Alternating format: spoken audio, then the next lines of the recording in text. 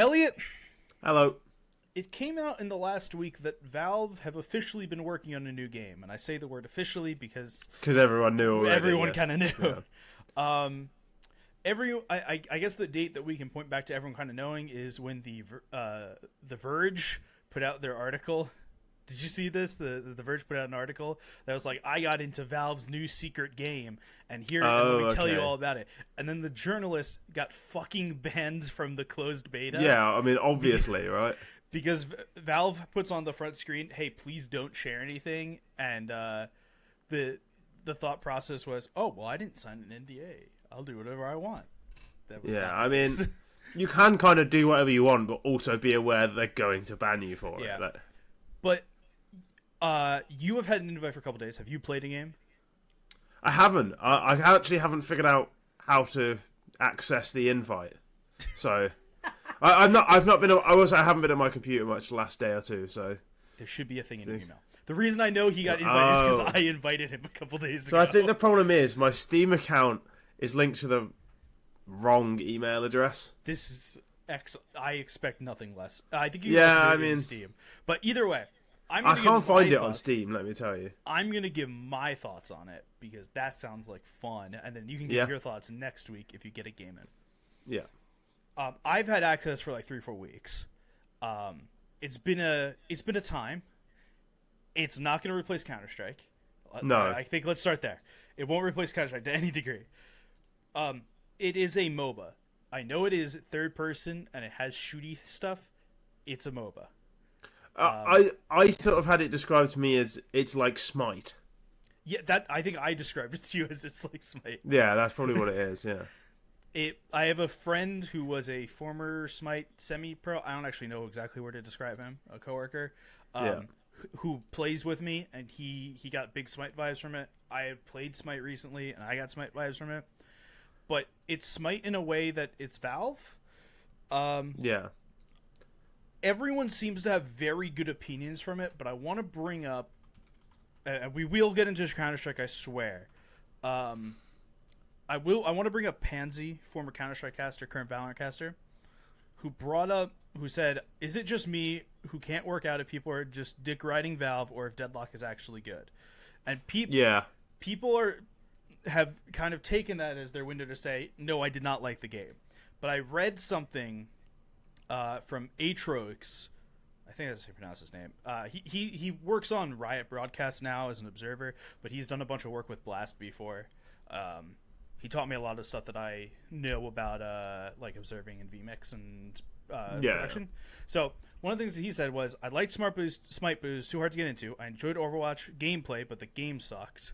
I love MOBAs. This game feels like a mix of all of them, and the character design is sick, and the game feels super rewarding and high skill ceiling, so I'm in love. Also, it helps that it's Valve, so we can give it a bit more trust than other developers. That last sentence is like half of my battle here. It's very funny, yeah. Because in some ways, yes, Valve very rarely make mistakes when it comes to shit like this, but also CS2 has problems, and people were a little bit annoyed that they were bringing this out when they were actually making CS2. So I don't know. CS2 has problems. I wonder if there would be a video that's coming out in the near future where we talk about the full year, a year after the release of Counter-Strike. This is me subtly plugging my announcement that on a day in about a month there will be a video out on that. Announcing your announcement, yeah. Announcing my announcement. Oh, by the way, I definitely do not have this invite to play Deadlock. It's nowhere. I've checked my email. I will invite nowhere. you again. I will invite you again. Yeah, it's just not there. That's so funny. Maybe you didn't get approved. That would be even funnier. That is, yeah, because I keep talking shit about CS2. They're like, I can't have this guy on. Like, the only emails I've got are like, oh, games on your wish list are on sale. I'm like, well... So they've been on my wish list for 2 years. Take the hint. Deadlock. Tentatively excited. Yeah. It's not Counter-Strike. It's not more like Overwatch. It's something interesting. It's something new, I will say, because it's not Smite in the same way Smite is. Speaking of something new, we have Counter-Strike to talk about. But before we talk about Counter-Strike, the intro.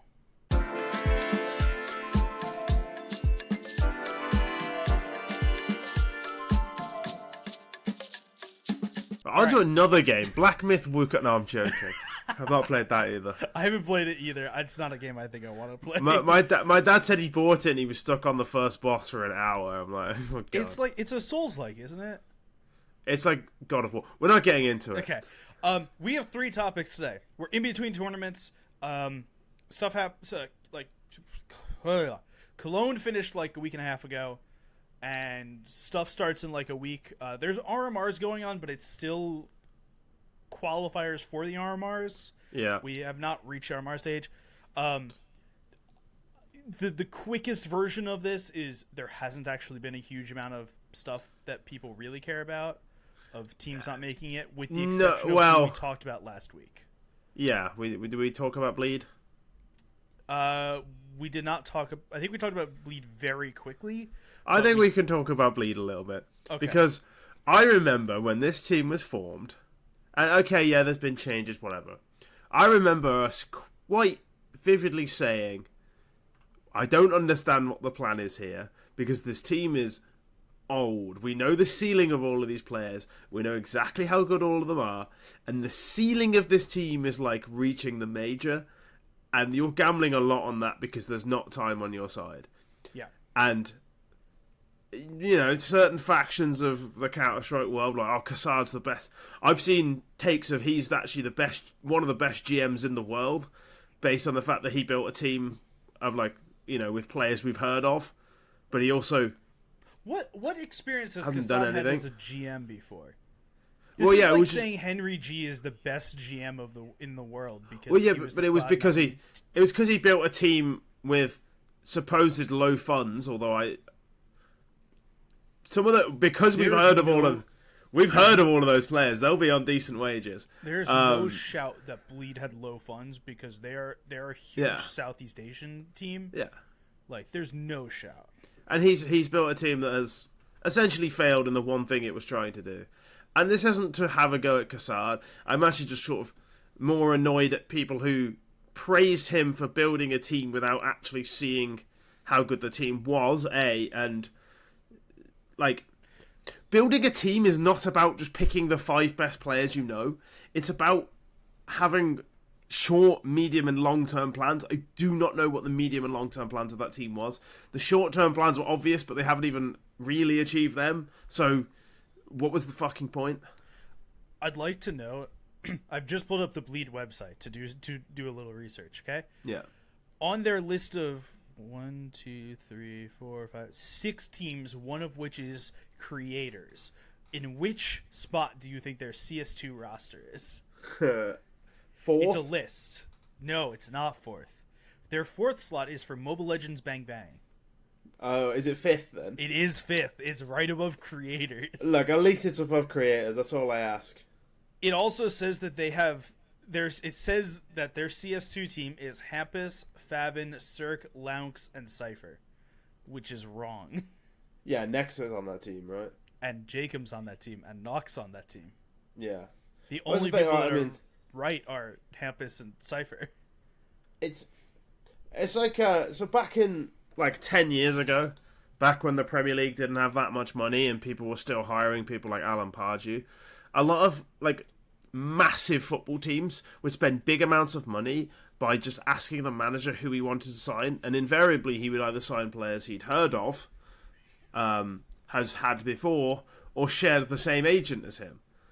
And this screams that, and it was woefully inefficient because obviously the odds that the best player you can sign for any position is just a guy that you know is quite low in a world of millions of football players. Obviously, Counter-Strike is smaller, but the idea that you can just sign players you've heard of and it'll be good is like, it's sort of fine, but it's like, I don't know. Maybe I'm being too harsh, but I kind of didn't think they were any good. This is an interesting take because I'm a fan of the other football, the Los Angeles Chargers, okay, Right. who just hired Jim Harbaugh, who was the Michigan head coach and former San Francisco 49ers head coach, and Yeah. Greg Roman, who was the Baltimore Ravens offensive coordinator.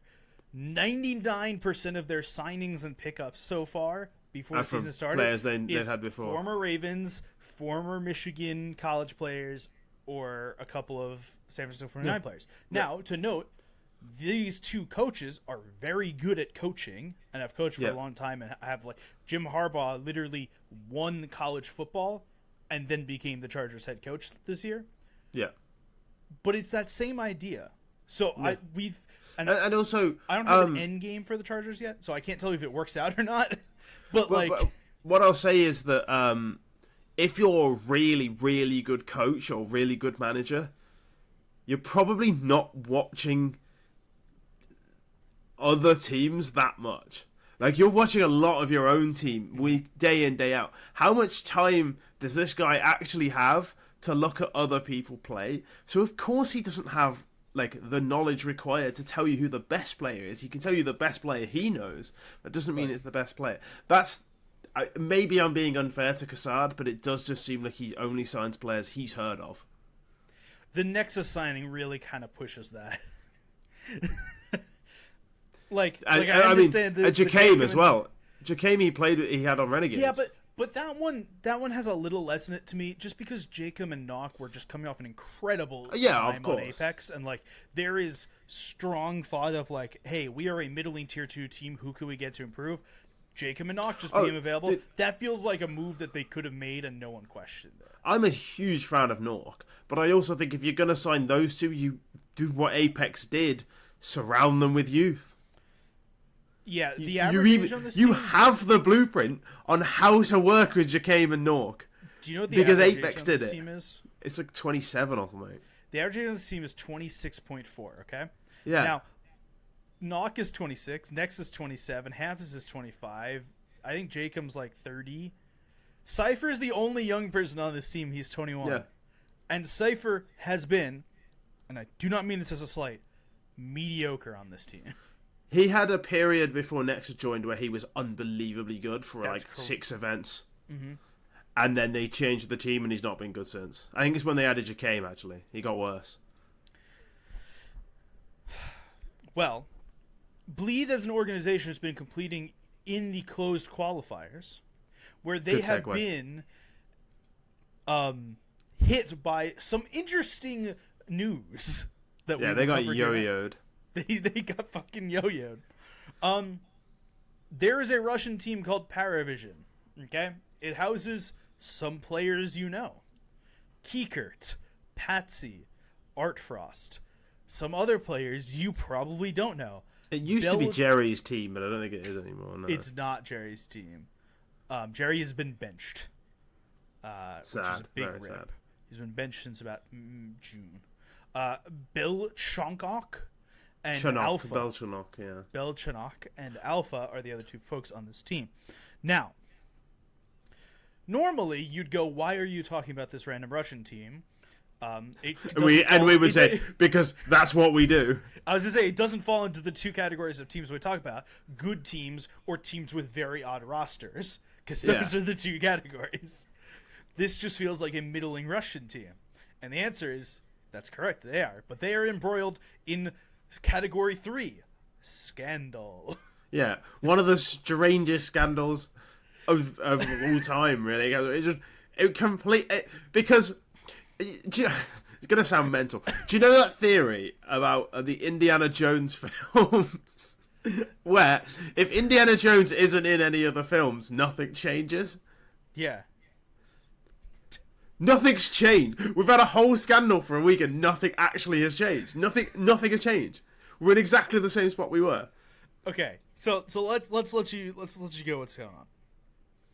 Perfect World is running the Shanghai Major. They announced on the 25th, which was 3 days before us recording this, it was Sunday, that Paravision have been disqualified from the EU RMRs. The reasoning is that there is a Valve-banned person in their closed qualifier room, like physically in the room with them, okay? Yeah. Now, there's a couple notes on this. One, it is illegal to have anyone other than the players... Illegal? It is illegal to have anyone other than the players in the room to begin with. Yeah. Including a coach. It is double illegal to have a Valve banned coach in the room with you during the qualifiers. Okay? Paravision themselves posted a video after their match against Gamer Legion, which brought them to 2-1, in which they are in the room, and their coach, F_1N. We'll just call him Finn for the rest of this, make it easy. That's a great idea. Including where their coach Finn was in the room with them. Okay? That would be illegal. Yeah. It also would be very And also illegal. would be very, very stupid to post that video. Yeah. Finn was one of the coaches that was suspended because of the coach bug. So we treat him with roughly the same amount of vibes as we do Hunden. Yeah. Because, we have standards here. So Finn is banned from participating in majors to begin with. So why was he here? He was submitted as Paravision's coach for the official lineup. Perfect World comes out, says, I'm going to read the tweet here. After an investigation into the matter and subsequent discussion with Valve, it was determined that Paravision had a permanently Valve-banned individual present during a live match in the EU Close Qualifier A. Therefore, the following has been decided. Paravision's eligibility in this major cycle has been cancelled. They are disqualified for the RMRs in any portion of the major. The 3 teams with 2-3 records, which I would like to note are Koi, Monty, and Bleed. There's our segue full circle. Yeah, that's why we're talking about Bleed. Yep. Will be invited to play in a BO3 cycle last chance qualifier thing. It would have been Koi versus Monty, and then the winner plays Bleed. Winner of that second match gets into the closed RMR. It should be noted that Valve bans are by default the highest priority eligibility rule set, blah, blah, blah, blah, blah. There's no Paravision's not allowed in. Paravision comes out, specifically Patsy comes out and said, and I'm going to use the quote here because it's a banger from his tweet. The most ridiculous and sad situation in a career, parentheses, if not in life. Yeah, a little bit dramatic. No, it's perfect. I've never heard prose such good prose. I'm forgetting how to talk today. This is brutal. Pros with good pros. Yeah, so this got put on Twitter. Everything was terrible for a minute. And not terrible, but like everyone was kind of going, what the fuck happened? They posted this video that got everyone had to go at Patsy as well for that tweet. Like, oh, you had a banned coach, which like at the time, it seemed quite reasonable. So now we get to the interesting part. Do you all folks remember our good friends over at ESIC? Yeah, our good friends. Our good friends over at ESIC. Apparently, when Finn got banned, he got a permanent ban from Valve, but ESIC only barred him from member events for 9 months. And his ban was then cut short after ESIC called a, quote, special evaluation of the significantly out-of-time appeal. Basically, he appealed his ban really late. Yeah. The appeal was posted 4 years after the sentence was handed out, which was handed out in 2020, so it was posted this year, and it was successful, and, quote, this change has been communicated to and accepted by Valve. And nobody fucking knew about it. It's just so many weird things in that statement. Why are we accepting an appeal that's 4 years late for a start? What? Why didn't he appeal immediately? How is it successful if it's 4 years late? Why was it only communicated to Valve and not to anyone else? It's just baffling. So all could have been avoided if he said, "Oh yeah, by the way, this guy's not banned anymore." Lol. So, carry on. After the original discussions resulting in disqualification of Paravision, we have been given an updated decision. This is based on newly communicated ESIC appeal process that Finn undertook, where it was decided that Finn should be eligible to participate in official events as of this major cycle. Took us 2 days to get to that point. I really feel like when Paravision got kicked out and that's when they appealed. Like, in the 2 days between those two decisions? I don't know. I don't think so. So they've said that him being in the room was not the reason that they originally did it. It was because he was he was participating as a banned individual. It's from everything we know that the video that Paravision posted was like after they had won the game or as they were winning the game. He walked in, and no one was particularly upset about that. But yeah, wild shit going on. Here's my biggest problem with this. My biggest problem is not that he was there or not. If he appealed, whatever, I don't think you should be able to appeal 4 years later, but it is what it is, right? Be appeal time window. On the other hand, is this how the Shanghai Major is going to be run? I mean, I feel like it's not entirely Perfect World's fault, though. Like, what were they supposed to do? I don't know, but I kind of feel like the answer is not this. Well, like, this guy's banned, by the way. Okay, yeah, you had a banned guy. And then all of a sudden he's like, oh yeah, by the way, we kind of unbanned him without telling anyone, like, 6 months ago. Well, it's not really their fault. I can't.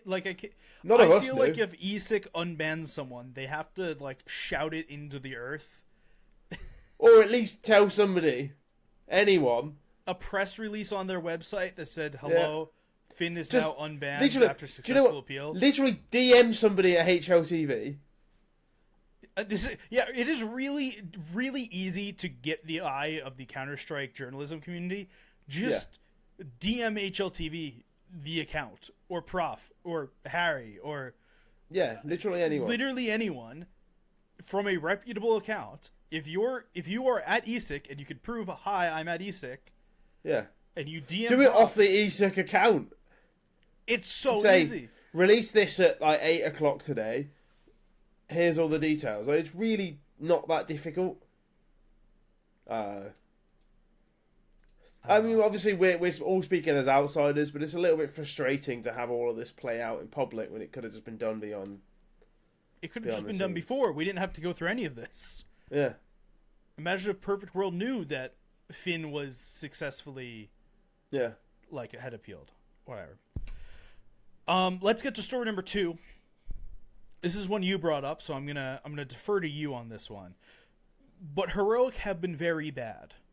Yeah, Heroic are really struggling at the moment. I think it's worth talking about because we sort of avoided doing it for a while because of the issues with Dexter and whether or not he was actually going to be, present. Whether or not he was able to even go to events. And he wasn't at a bunch of events. It was like, they're just normal teething problems, whatever. Now they've got him and they've played a few events and it's not gotten actually any better. If anything, they seem to win more maps with Saw. So it's not looking good. I know obviously the Heroic team of last year has been completely blown apart, completely changed, whatever. But when you look man for man at this team, there's no reason it should be anywhere. Like, there's no reason this team should be outside the top 10 with these players. I mean, just forget about Kassad and Dexter for a second, who you could say Dexter has been in and out, and Kassad is the IGL. You look at the actual rifle core here, Nertz, Tessus, Shush. Yeah, that's good. 2 of the 3 rifle core from the original Heroic, which was very good. Yeah. And Nertz, who we know is very good. So I have a couple of working theories as to why this team is bad.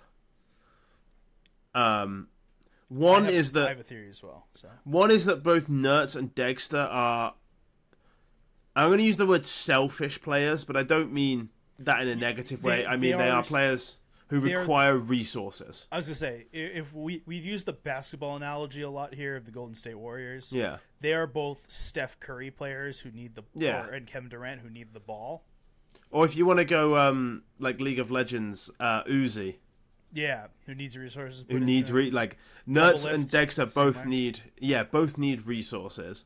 They cannot play. But then side. You have Tessa, Shush, and Kixan are all somewhat like supportive. My other theory is that when this team was good with Tessa and Shush, it was a full team system, and as good as those two are, they are much, much better inside of that system where they're, whatever weaknesses they have are sort of smoothed out by the system. And I think in a more open style, which is going to happen with changing players, you're going to an international team as well. Yeah. I think they've suffered from switching from a very Danish style to a very European style, even though Heroic aren't Danish in the same way old Astralis were, but they're a lot less structured. And I think Kixan is quite obviously a worse fragger than anyone who was on that Heroic team. So even if they tried to play the old Heroic style with Nertz and Dexter, you can't. Who does Kixan stand in for in that 5-man Heroic roster? It's very odd. I want to talk more about that, but I want to bring up my third reasoning, which is that this team is cursed.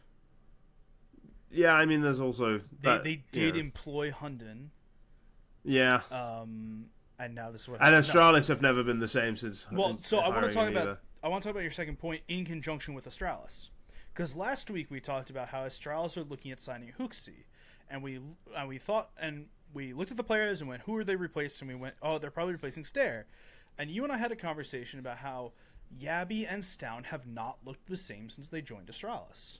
Yeah. And I had said to you last week, in a very joking manner, but serious nonetheless, were they just system players? Yeah. And now we come to this Heroic team, and we're having the same conversation about Tessus and Shush. Yeah. So the question I think Shush is fucking brilliant, but I think he's fucking brilliant inside a system. The question is was it the Heroic players really winning, or was it the system winning? And definitely the day system. after day after day, we were pretty sure it was the system while it was happening. Oh, yeah. Every day we get removed from the system, and we see the Cadian going over to Liquid and trying to put his system in place with players that aren't the same. We see the Stabby group go over to Astralis and play in a different Danish system, because the device Danish system is different than the Cadian Danish system, and they don't do as well. And we see Tessus and Shush come play under this European mix system, and they don't do anywhere as well. I think it's quite telling that when you think about any other of the big teams, you can point to multiple big moments their players have had in big games. You can't do the same to any Heroic player that isn't Cadian. You can't talk about a big moment that Tessus, Shush, Stown, Yabby have really had, because they weren't those type of players. The only Cadian moment you can talk about was a moment of chance. I mean, Cadian's had a lot of big clutches. Cadian's had a lot. Cadian had a lot of clutches. But if you think, I will never besmirch Cadian on Heroic. One of the most clutch AWPers of all time. But if you think about it, I have a problem with clutches, because a clutch just generically means you probably did something wrong to get there. To some extent, right? And stuff like Cadian's 1v5 to win Pro League, that is a huge luck thing, and that's a systematic win. And I'm not saying that every highlight clip is a systematic win. There's a lot of luck that goes into every single one of them. It feels like every time we saw a highlight from Heroic, it wasn't this is a system win. It felt like this is a highlight win. This is a luck win. But that's kind of my point, is that they never really had the players to do those highlights in the same way that like a team like G2 or a team like FaZe could. They didn't. They never had the man-for-man firepower that those two teams had, and that's partly why they needed the system to be that good. And individually, those players just aren't that good, because they actually just aren't as good as some of the other players on that level. A lot of the reason they were good is because of the system, because of the way they work together. And I think you're seeing that when they're pulled apart, none of them are as good as they were together. So I want to talk about one specific player here, because there's a lot of conversation in my head about this player, which is Nertz. You can get that tested, by the way. I'm sure I could. I want to talk about Nertz, because Nertz came from a ENTS team in which he was an incredibly good insane rifler. And I'm not here to say that he's not an incredibly good insane rifler. But that ENTS team broke apart into Nertz coming here, Deha staying there and then going to, where is he at, AGO now? Or I couldn't tell you.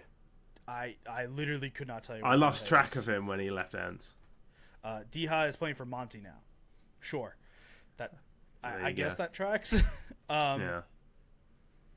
So Deha went to stayed on Ents and then left, but Sun Pius and Snappy and Madden all went to Falcons.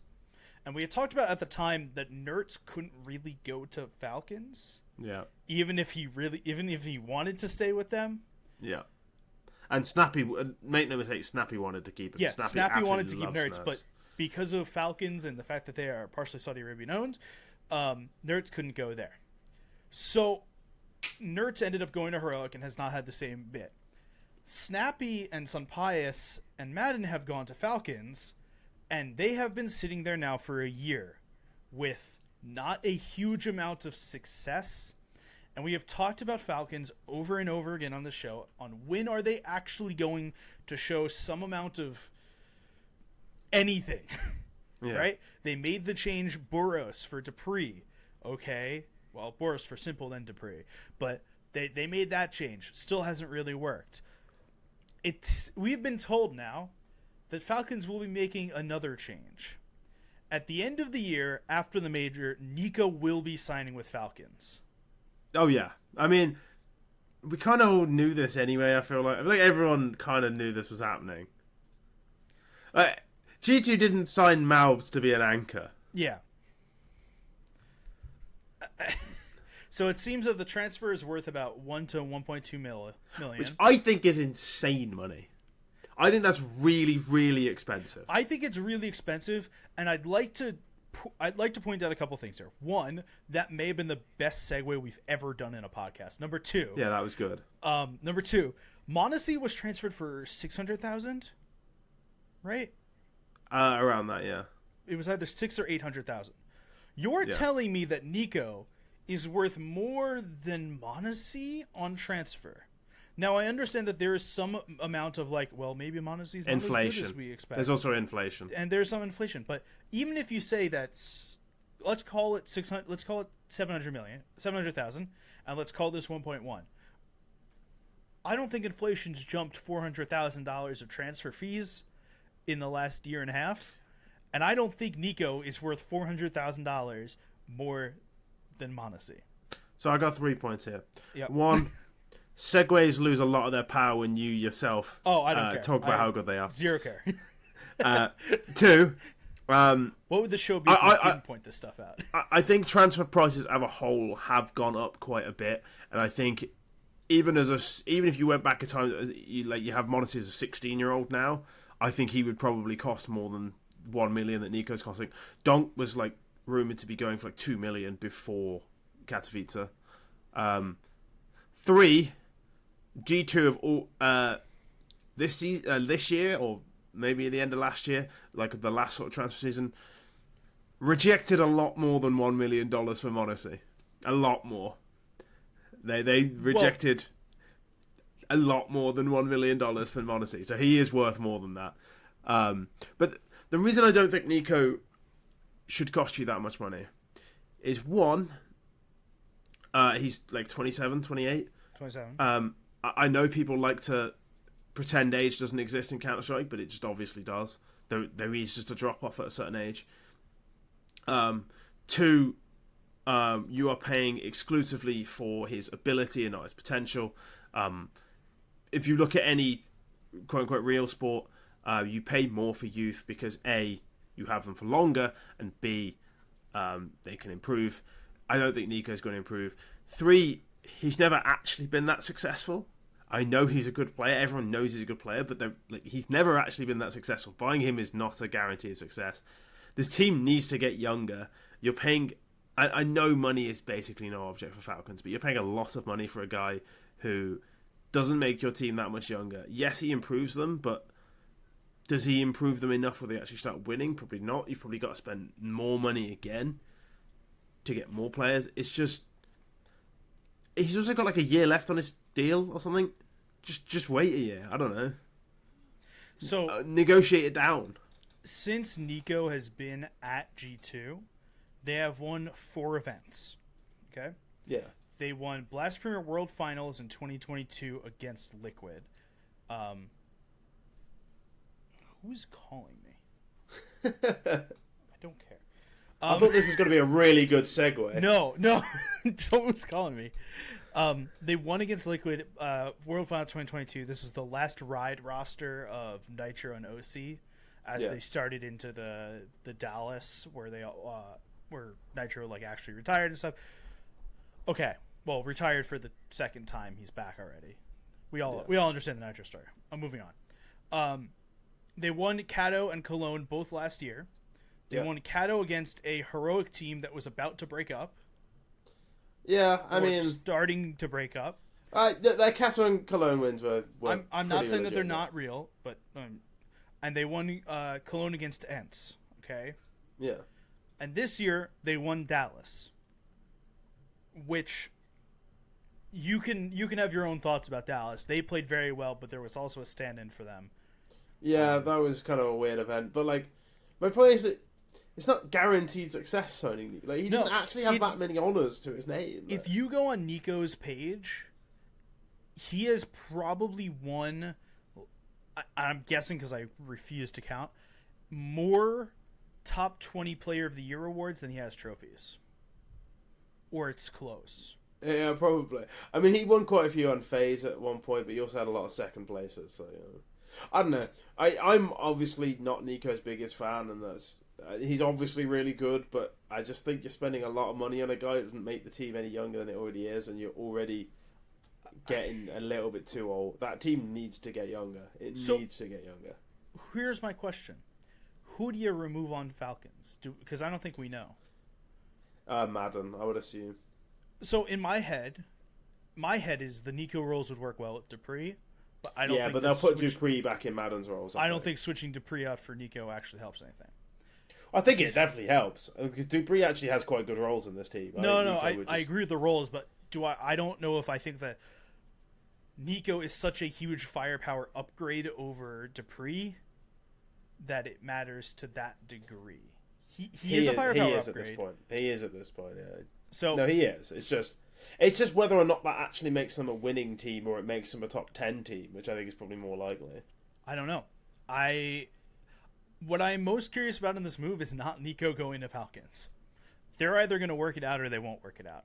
I don't really have a good answer. That's true of every move. I know that's true of every move, but it's very true when you look at Falcons. Either Falcons will get their shit together with Niko there, or they're just going to have another player who was considered one of the greats sitting on this roster and not doing much. Yeah. I'm curious about Madden. If Madden is the one to move, Madden has been, God forbid, okay on this team. Yeah, I mean, he has... And Madden's a really weird one to sort of evaluate because he was very valuable on that Ents team that was good, but when he's on a bad team, he looks really bad because he's... All of the sort of stuff he does to help his... it's sort of like if Scottie Pippen was on a team that didn't win, you wouldn't actually think he was any good. I've been listening to a football podcast, American football podcast, recently, and they described that every single good defense needs a henchman. Yeah, and he's a henchman. He is. Madden is a henchman. We used to use the term soldier in our 5-stack. Like, players are soldiers. They do what they tell you. They'll die for the cause. Like, yeah, Madden is a henchman, right? And so the question is, Madden is too good of a player to just not exist, but he also has to be on a team in which he gets to succeed. I want to know what happens with Madden. Do you know where I think he goes?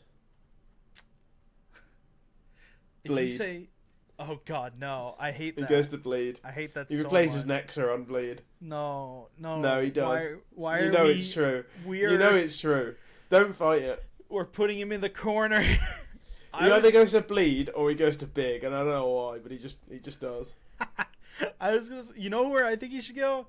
It'd be great if he went to Heroic. Yeah, I mean, fine. That could actually maybe thinking about solving some of Heroic's problems. Maybe. I don't know who you replace for him because you don't replace Nerds for Madden. Like Kassad and you make SSA IGL. I personally think replace Dagster and just have someone op, because what's the value of replacement opping? No, that's wild. That's wild.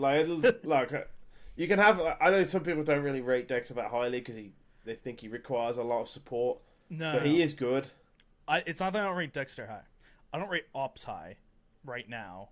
Full stop. I mean, so what's the value over replacement opper here? Name the 5 best players in the world. How many AWPers are We there? have had this conversation before. How many of them can you really consider an opper at this point? Zywoo's back to AWPing, and he actually won an event. Yeah. Monacy's probably the best player in the world. Monacy is an opper. You got Monacy and Zywoo. I mean, that's already 2. Torzy's not far off top 5. I feel like that's quite bold to say that. Really? I personally think so. Are there 5 players better than Donk, Zywoo, Niko? I mean, maybe it's just me Monacy. looking at events, but like JL has been on a fucking tear recently. Yeah. Spinks JL has been very good recently. No, Torzy's better than Spinks. Torzy's the best player on the 3rd best team in the world.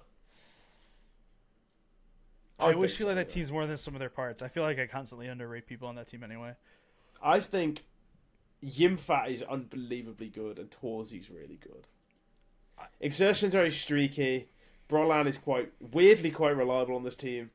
But nah, that's its own question. But honestly, Yimfat's pretty close as well. But yeah, he's not an AWPer. But like, my point is that Monacy's the best player in the world. He's an AWPer. Zywoo's probably second. He's an AWPer. Like the AWP's still good. You just got. I think on the top 3 teams, it's AWPer central, or top 4 teams, I guess, because G2 is there.